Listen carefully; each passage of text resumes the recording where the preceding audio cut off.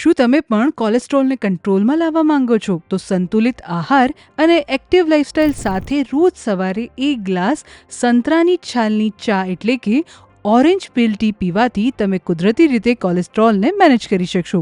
અમારી 52 અઠવાડિયા 52 આદતો સિરીઝની આજની એટલે કે 35મી આદત છે કે રોજ ઓરેન્જ પીલ ટી પીવો. એક તપેલીમાં પાણી લો, તેમાં સંતરાની ધોયેલી છાલ ઉમેરો અને જો તમારી પાસે સૂકવેલી છાલનો પાવડર હોય તો પણ ચાલે.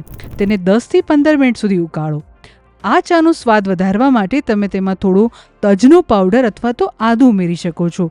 ત્યારબાદ આ ચાને ગાળી લો અને જરૂર લાગે તો થોડું મધ ઉમેરો અને નવશેકી ચા હોય ત્યારે જ પી લો. આ ચાના ફાયદા તેમાં રહેલા નોબિલેટિન નામના તત્વના કારણે છે.